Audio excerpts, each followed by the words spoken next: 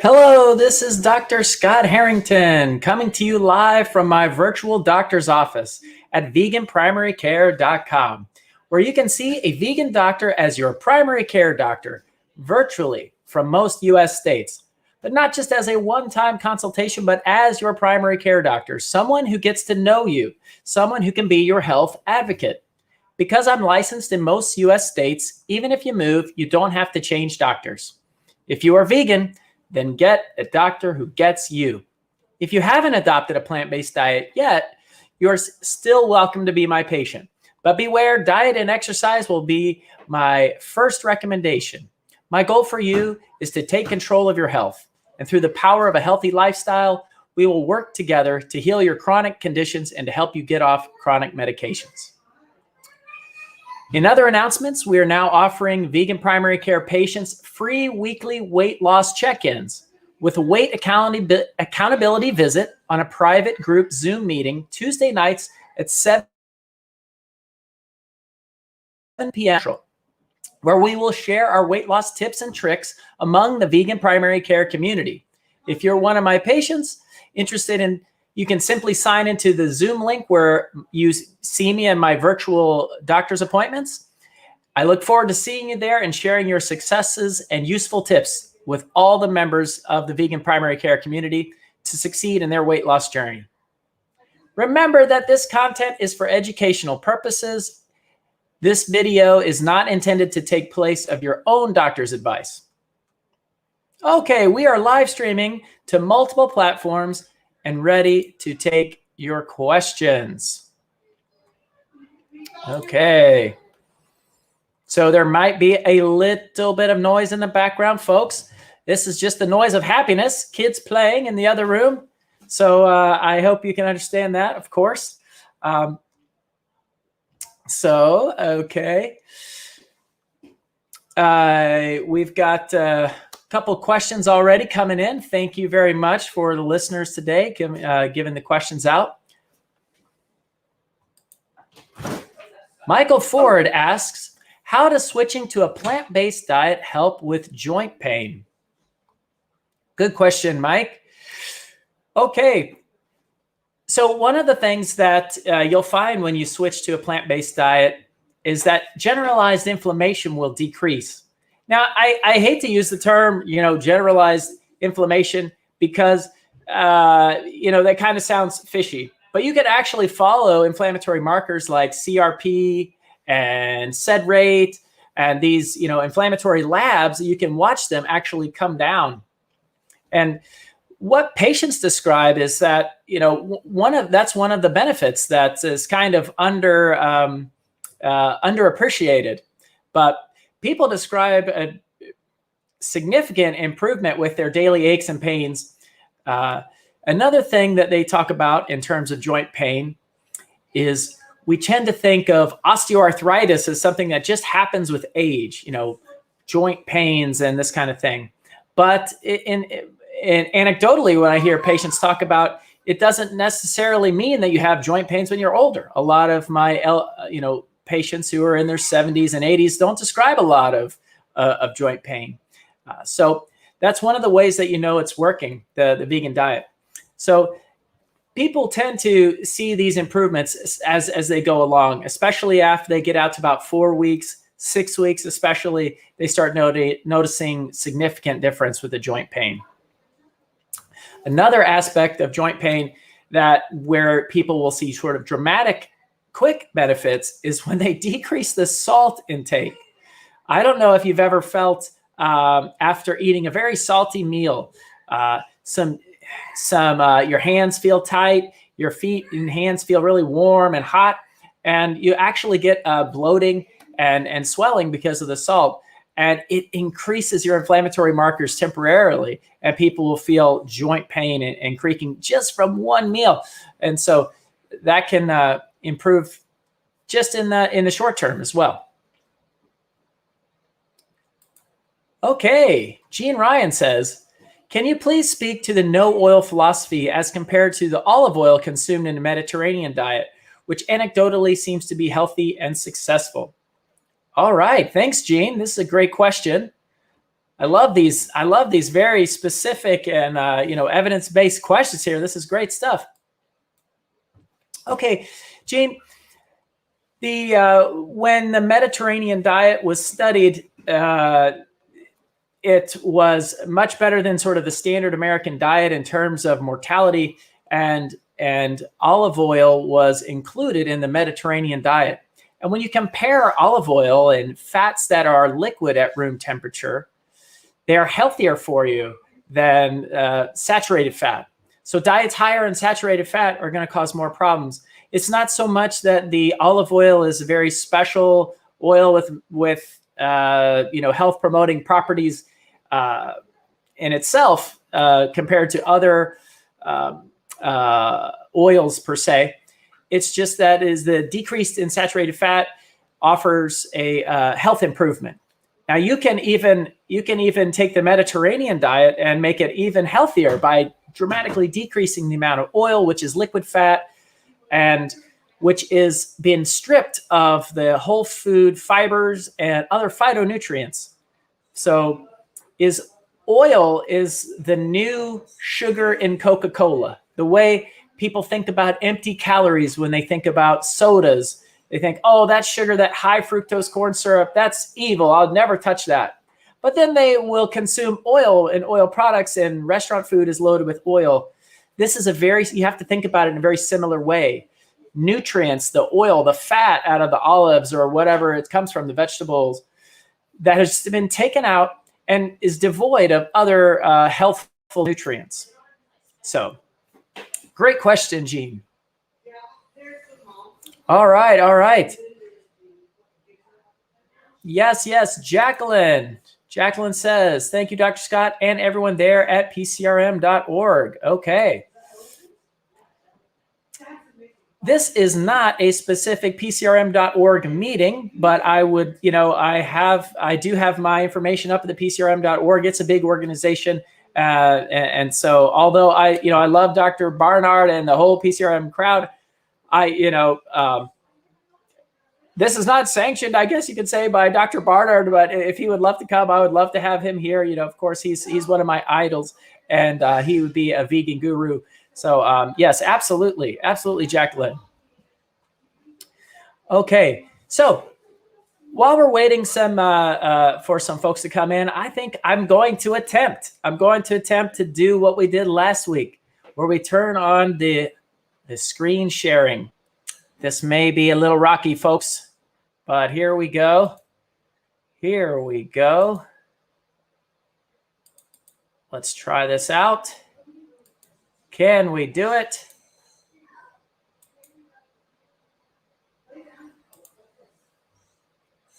I'm sharing the screen. Boom, boom. All right. And we're going to enlarge the screen here.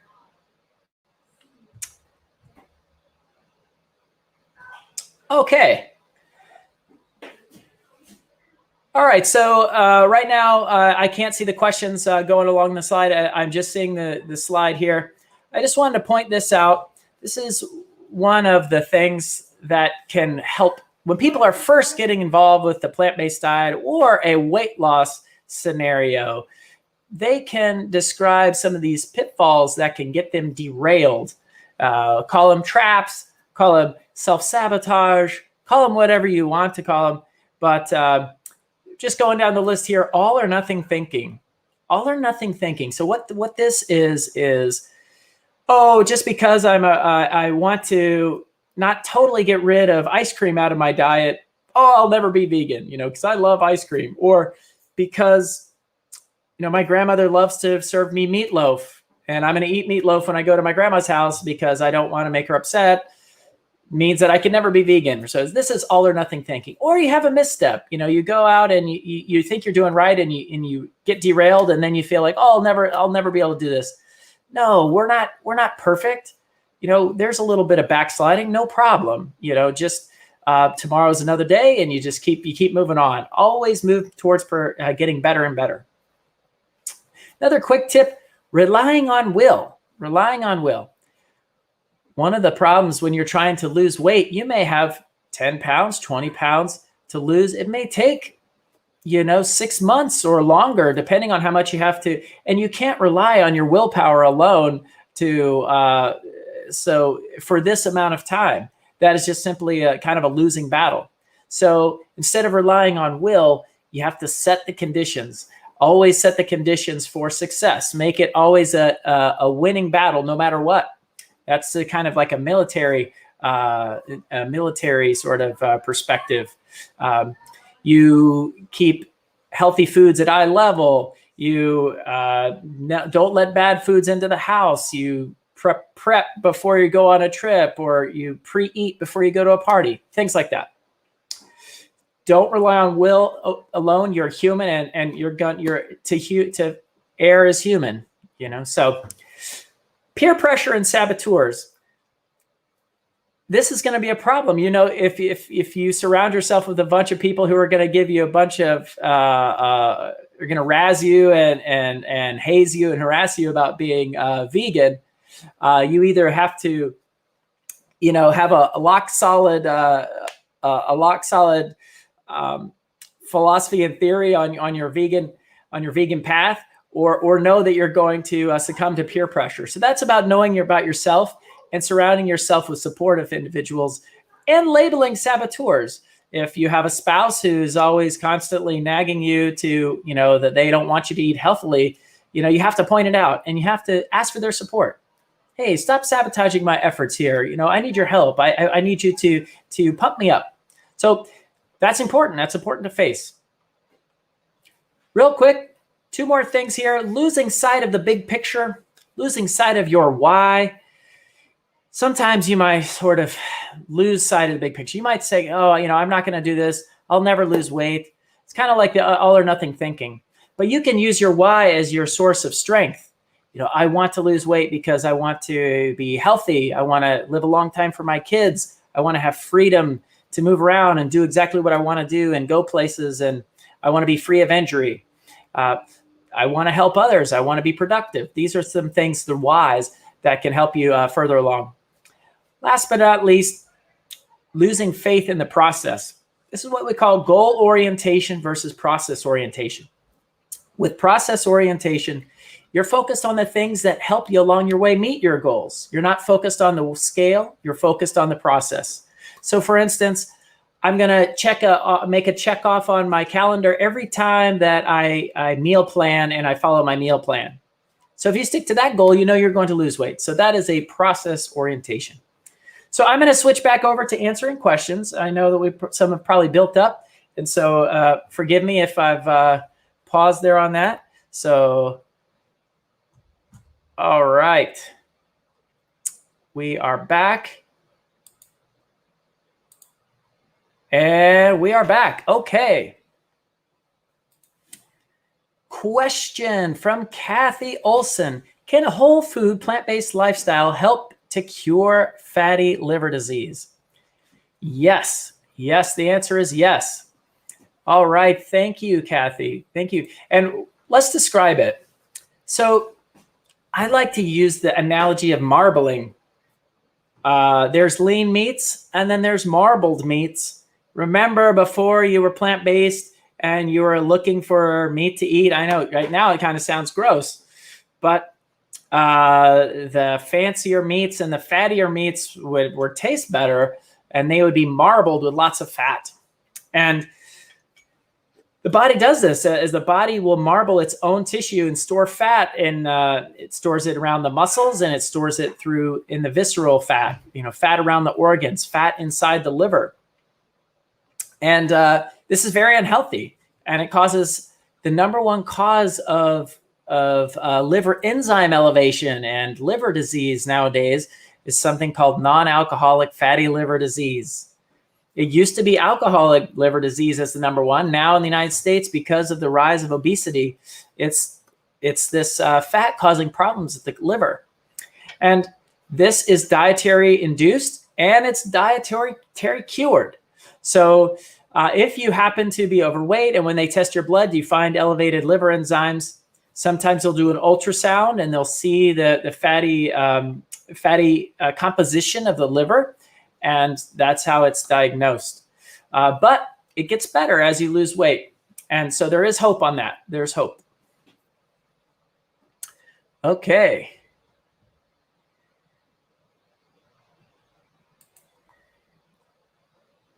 Okay, Gene, does oil cause inflammation and how? So I don't have the mechanism on this. I don't have the exact mechanism, but I believe what happens is as your body absorbs more of the oil, you get a slight increased viscosity. There's studies that talk about the dilation or contraction of the arteries. And there is somewhat of a contraction or irritation at times seen with certain oils, definitely with things like trans fats. And so, but other than that, I don't want to speak, incorrectly about this, but that is definitely something that has been talked about in the past.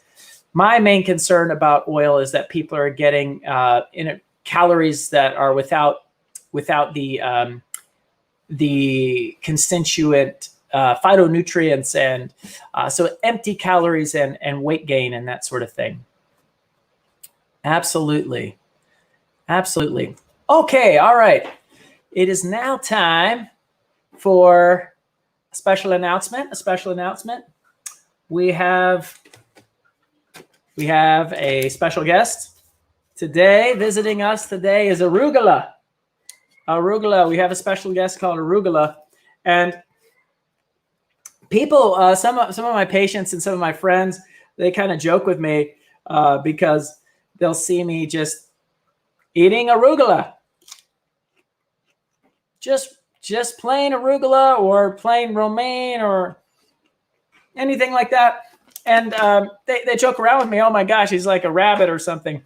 But what I tried to do and what I found is that over the years, as I've tried to increase my health, I've been wary about really thick salad dressings and salad dressings that would increase the calories a lot on the salad. And so what I would find is I would not use as much dressing, and then I'm having the dressing on the side and I'm kind of dipping my fork in the dressing, and before I know it, I'm practically eating just the vegetables and things, because I like to be able to taste the actual greens, because they're spicy and they have lots of complex flavors. And the concept is if you can like the flavor of the salad without all the dressing, then you can tolerate it. It's like some people have black coffee and they don't really miss the sugar too much, and then you become very sensitive to the sugar, and sometimes kind of turns you off in a way.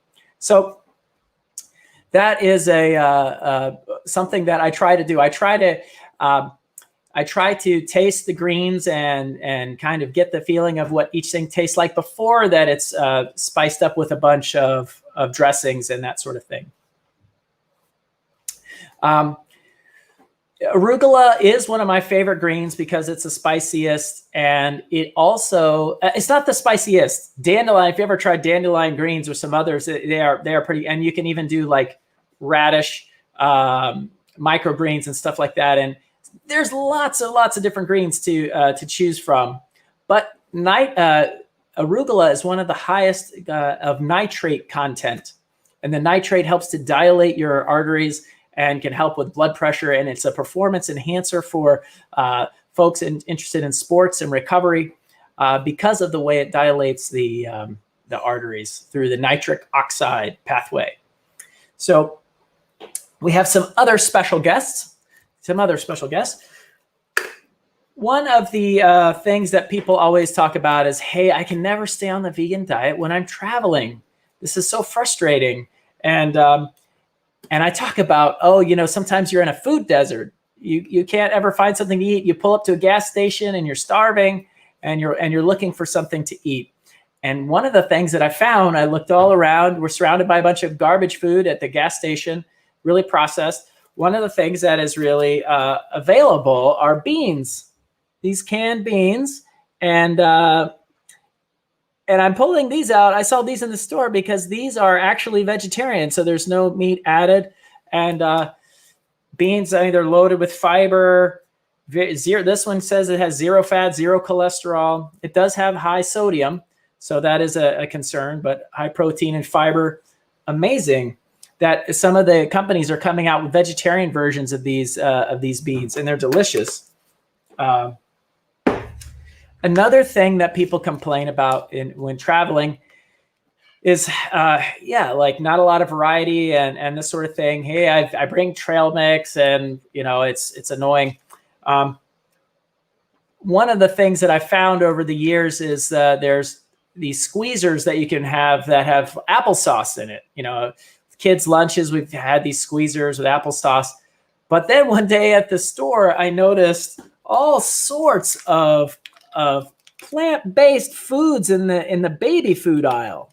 And my wife, she's probably rolling over right now because, she thinks this is weird that, about the baby food. But these are amazing. There's the only ingredients are plant-based, and there's very few ingredients. This one, apples, blueberry, and spinach. It contains apples, blueberries, and spinach, and vitamin C. So if it's good enough for this baby, it seems like it's good enough for me, right? But so you can get a lot of variety of plant-based things, and unfortunately, it is it's bad with plastic, but they're great if you're going on a trip and you want to carry this with you because these are very well sealed. Here we have the apples, the blueberry, and spinach, bananas and blueberries. This is like a dessert. It's delicious. Apples, guava, and beets. How often do you get to eat guava and beets together? So I don't know. Very delicious. This is one of my favorite, bananas with mango. All right. So Karen. All right. Okay, I think we're talking about arugula here. Thanks, Karen. She's talking about arugula and it being good for blood pressure. Absolutely.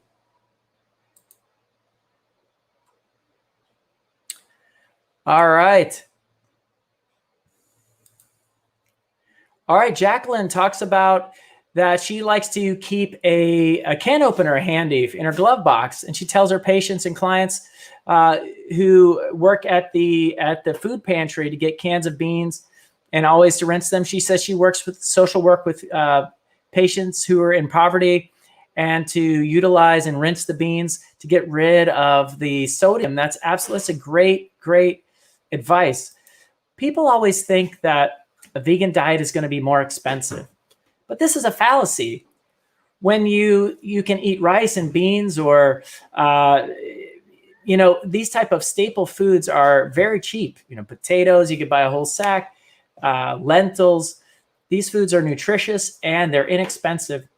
The most expensive part of the vegan diet is if you eat fresh berries. But fresh berries can be, you can buy frozen berries and they work really well. And then if you buy food in season, you can get them, half off or 1/3 of what they would normally cost when you're buying it from across the country. So one of the biggest problems is that people, if they're eating a lot of fake meats and cheeses, those are very expensive, but these should be used only as treats, just very rarely because of their high fat content and their, salt. Okay. Jean Ryan says, love the travel tips. Thanks for the baby food. Awesome. My wife makes fun of me whenever she sees me eating those, but I just love the variety. Oh my gosh.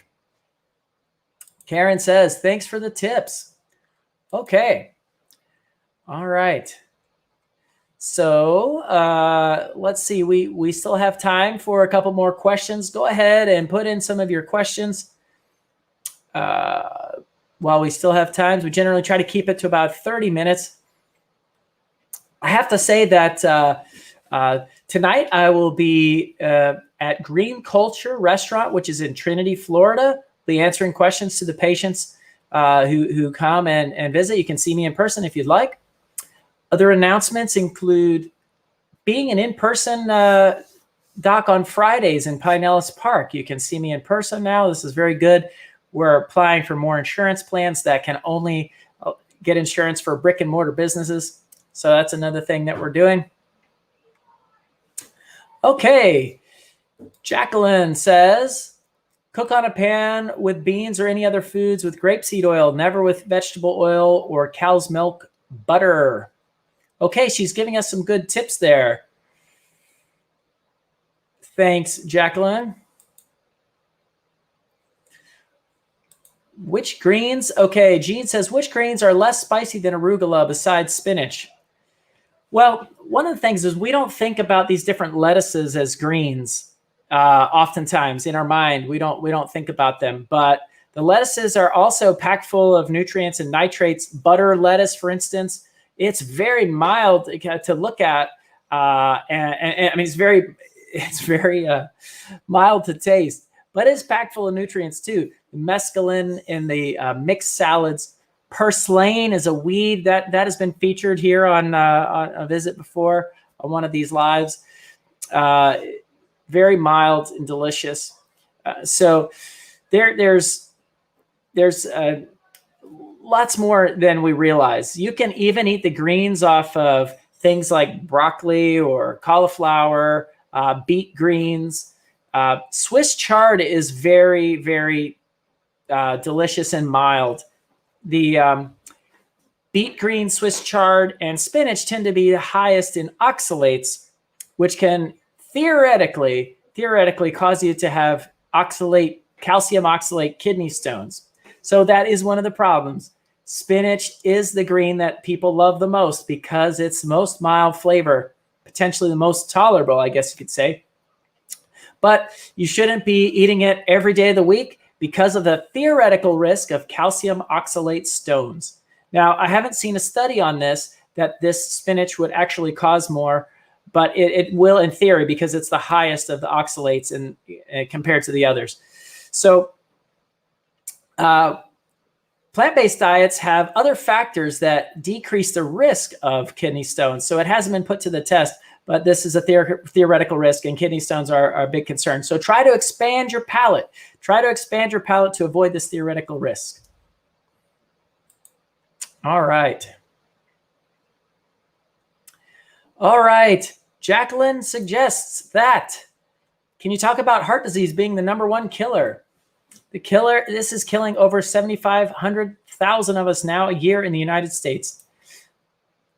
Absolutely. This is a good one to leave off on, Jacqueline. The plant-based diet is the only diet that's been proven to treat and reverse coronary artery disease. When you eat a low-fat, whole-food, plant-based diet, low in oil, or no oil, it has been proven through Dr. Ornish and Dean Esselstyn. Dr. Ornish and Caldwell Esselstyn have both proven that you can reverse coronary artery disease. And this is our #1 killer in the United States. And if it can do that, like Dr. Greger said, it should be the #1 diet until proven otherwise. And I agree. One day, all doctors will be vegan because all doctors will see this and realize, and you can't run from the evidence. It's there. And so one day, all doctors will be vegan. And until then, you can see me at Vegan Primary Care. You can make an appointment. Just go to veganprimarycare.com, click book appointment, and I'll see you. And we can talk about your health issues, and I can be your doctor. Okay, I think we are going to use that to wrap up. Thank you for participating in this live event with me, Dr. Harrington, and Vegan Primary Care. I look forward to doing a weekly broadcast to answer your questions. Once again, thank you, and I look forward to seeing you next week.